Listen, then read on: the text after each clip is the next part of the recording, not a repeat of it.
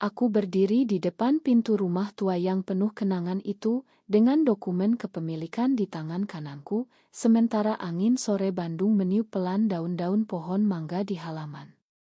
Ibu dan ayahku menatapku dari ambang pintu dengan ekspresi yang sama seperti 10 tahun lalu, keterkejutan bercampur kemarahan yang membara.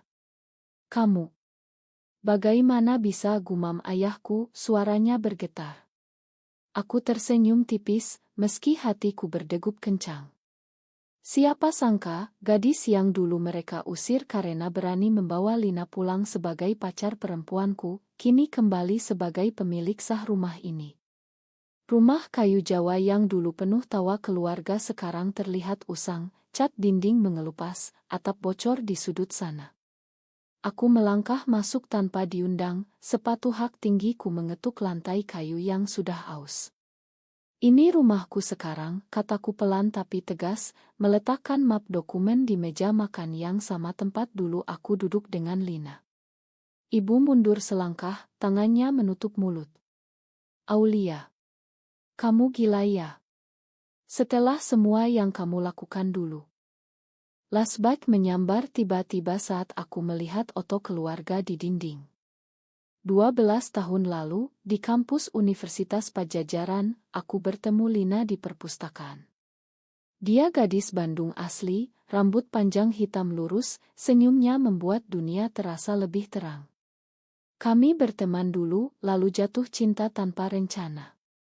Malam-malam kami berbagi rahasia di kosku, tangan saling genggam, janji bahwa suatu hari kami akan hadapi dunia bersama. Tapi keluargaku ketat, ayah pegawai negeri yang taat adat, ibu guru agama di madrasah. Saat rumor mulai beredar karena surat-surat cinta yang tertinggal, mereka konfrontasi aku di ruang tamu ini juga. "Kamu bilang ini hanya teman dekat," bentak ayah. Aku panik, tekanan membuatku berkata, "Iya, Pak. Aku tidak seperti itu. Lina hanya salah paham." Lina mendengar dari luar jendela, matanya basah saat aku tolak dia di depan pintu. "Ma, Lin, keluargaku tidak akan terima," kataku waktu itu, suaraku pecah. Dia pergi tanpa kata, meninggalkan luka yang tak pernah sembuh. Kini, 10 tahun setelah pengusiran besar-besaran itu, aku kembali. Ayah duduk di kursi kayu, tangannya gemetar memegang surat pemberitahuan dari bank. "Rumah ini sudah kami jual karena utang." Kamu yang beli?" tanyanya. Aku mengangguk. "Ya, Pak. Aku investor sekarang. Perusahaan propertiku yang beli lelang ini pagi tadi." Ibu mulai menangis. "Kamu mau usir kami? Setelah kami besarkan kamu?" Aku tidak jawab langsung. Kenangan pengusiran itu kembali, hari aku bawa Lina pulang untuk perkenalkan lagi setelah bertahun berpisah, berharap waktu ubah segalanya. Ayah marah besar, lempar barang-barangku ke jalan, "Kamu bukan anakku lagi kalau begini." Lina berdiri di sampingku, tangan kami saling pegang, tapi aku terlalu lemah untuk lawan. Mereka usir aku malam itu, hujan deras, aku tidur di halte bus dengan tas ransel. Lina pergi ke Jakarta, aku ikut menyusul tapi terlambat. Kini aku kuat. Aku tidak akan biarkan masa lalu kendalikan lagi. Tapi saat ibu memelukku tiba-tiba, air mataku juga jatuh. Konflik baru saja mulai. Malam itu kami duduk mengelilingi meja makan yang sama, lampu neon kuning redup menerangi wajah-wajah lelah. Adikku Rian, sekarang sudah dewasa, pulang dari kerja dan langsung kaget melihatku. "Kak Aulia. Ini beneran?" katanya pelan. Aku ceritakan singkat bagaimana perusahaanku di Jakarta berkembang dari nol, investasi tanah di Bali dan Jakarta, sampai aku bisa beli rumah ini dengan harga lelang. Ayah diam saja, tapi matanya penuh pertanyaan. "Kamu lakukan ini untuk balas dendam?" tanyanya akhirnya. Aku geleng. "Bukan balas dendam, Pak. Ini untuk tutup luka." Lalu Lasbak datang lagi saat aku lihat kursi di sudut, tempat Lina duduk dulu. Hari pengusiran itu 10 tahun lalu, aku sudah berusaha baikan dengan Lina setelah bertahun menyesal. Kami bertemu lagi di Kai Jakarta, Lina sudah kerja di bank, masih sama cantiknya. Aku mau coba lagi, Lin, kali ini aku tidak akan tolak kamu, kataku. Dia setuju, meski ragu.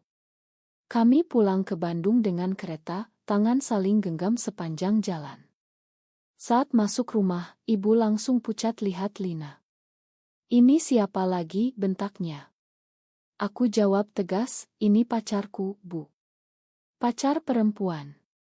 Ayah meledak, ambil sapu, usir kami berdua. Lina menangis di jalan, "Kamu janji tidak akan ulangi kesalahan dulu." Aku hanya bisa peluk dia di bawah hujan. Malam itu aku kehilangan segalanya, keluarga, rumah, dan hampir kehilangan Lina lagi karena rasa bersalahku yang terlalu besar. Kini di ruang tamu, ibu bicara pelan. "Kamu tahu kan, Aulia, di kampung ini orang-orang masih bisik-bisik tentang kamu. Mereka bilang kamu lesbian. Kami malu waktu itu."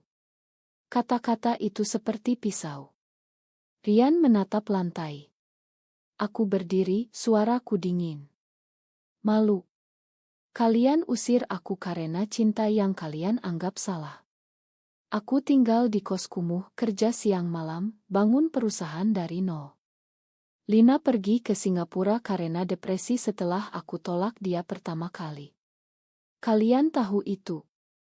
Rahasia mulai terbuka. Ibu menutup mata, ingat bagaimana dia tekan aku dulu untuk nikah dengan anak tetangga. "Kami lakukan itu untuk lindungi kamu, Nak." Aku tertawa pahit. Lindungi? Atau lindungi nama baik keluarga? Konfrontasi pertama pecah. Ayah berdiri, "Kalau kamu usir kami kemana?" Aku jawab, "Kalian boleh tinggal sementara. Tapi kalian harus dengar cerita lengkapku." Malam itu aku ceritakan semua, bagaimana setelah diusir, aku hampir putus asa, tapi Lina kirim surat yang membuatku bangkit. Aku belajar bisnis properti, sukses besar. Tapi luka di hati tetap ada. Rian peluk aku pelan. "Kak, Ma. Tapi aku tahu, ini baru awal.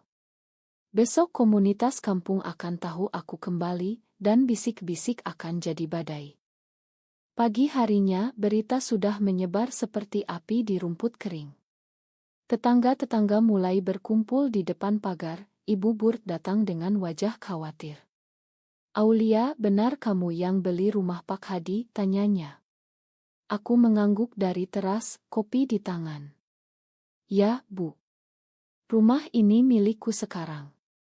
Bisik-bisik langsung muncul, dia yang dulu diusir karena bawa cowok pulang. Sekarang kaya raya, balas dendam ya.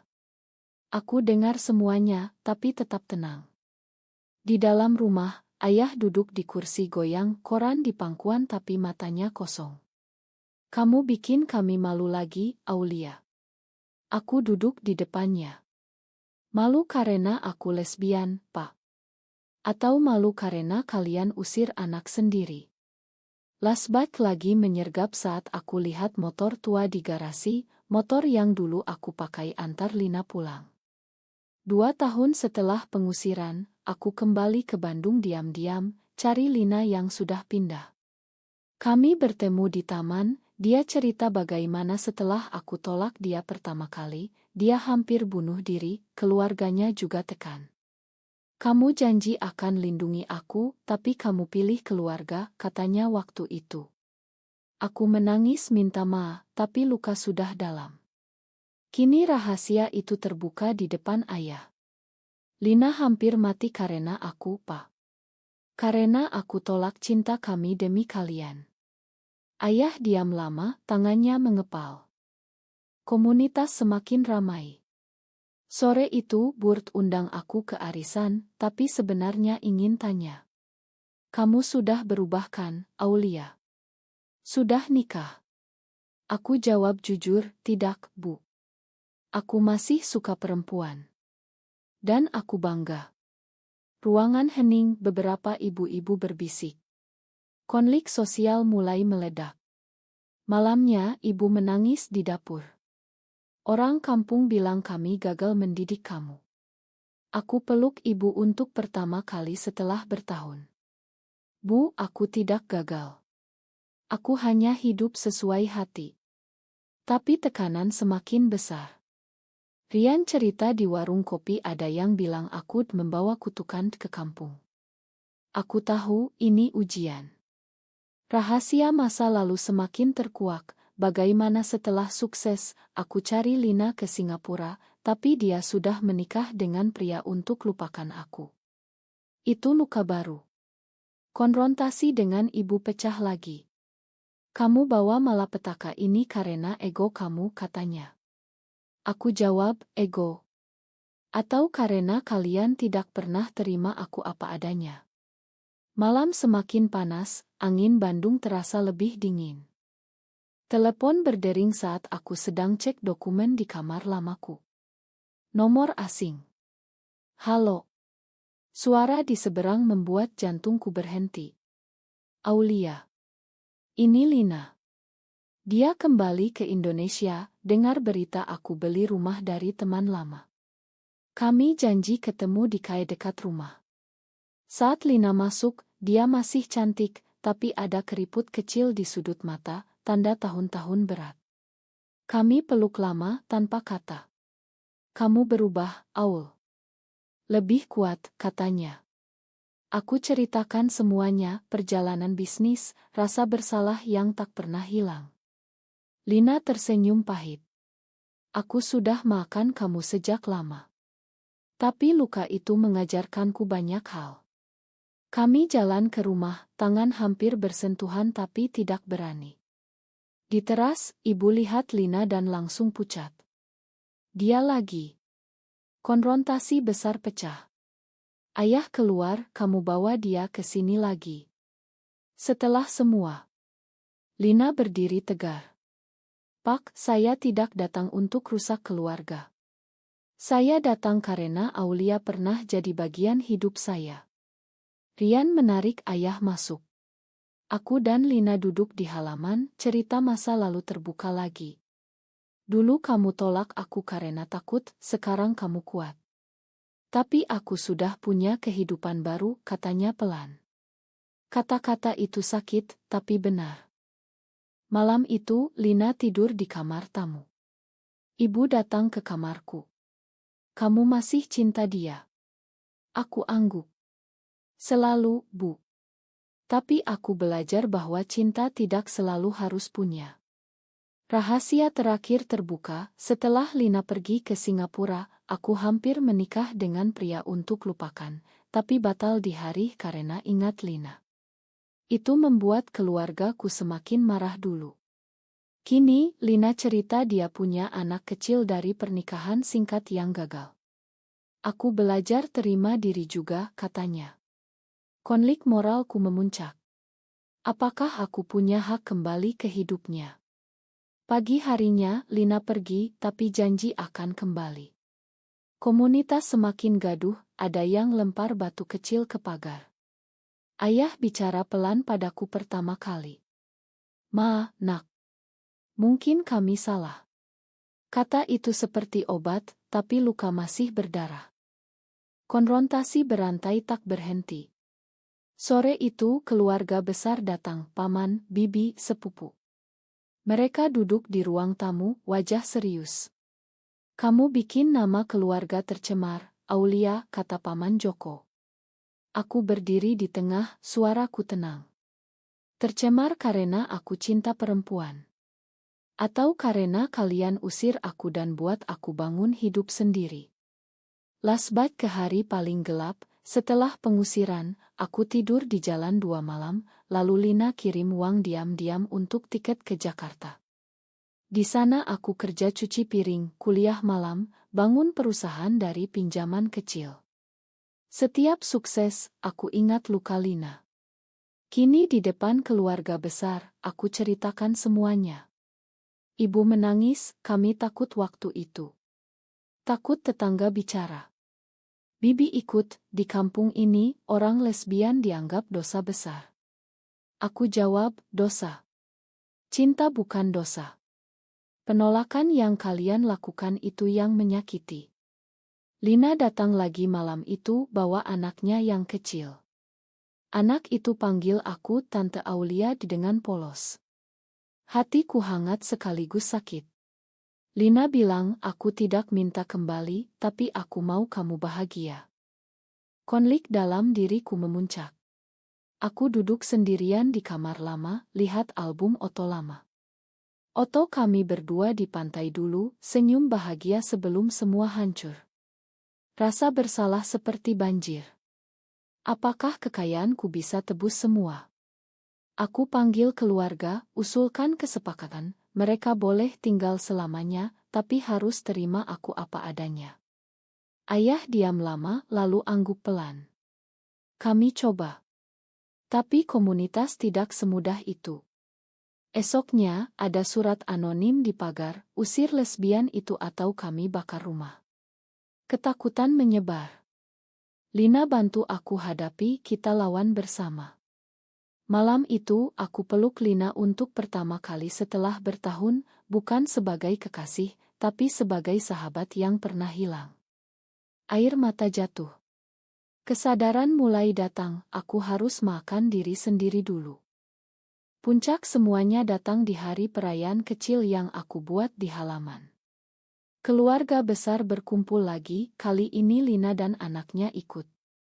Aku berdiri di tengah, angkat gelas. Terima kasih sudah izinkan aku pulang. Ayah angkat gelas juga, suara bergetar. Kami yang minta maaf, nak. Kami salah usir kamu. Ibu peluk aku erat. Komunitas masih bisik, tapi beberapa tetangga mulai datang, bawa kue. Lina bisik di telingaku, kamu sudah tebus semuanya dengan keberanianmu. Aku tersenyum, tapi hati masih berat. Malam itu, setelah semua pulang, aku duduk di teras sendirian, lihat bintang di langit Bandung. Rahasia masa lalu sudah terbuka semua, luka mulai sembuh meski bekasnya tetap. Aku sadar, perjalanan ini bukan tentang balas dendam, tapi tentang terima dan memakan. Lina pergi besok, tapi kami janji tetap teman. Keluargaku mulai belajar terima. Tapi pertanyaan itu tetap menggantung, apakah seseorang bisa benar-benar menebus kesalahan masa lalu hanya dengan kekayaan dan kekuasaan? Benar atau salah?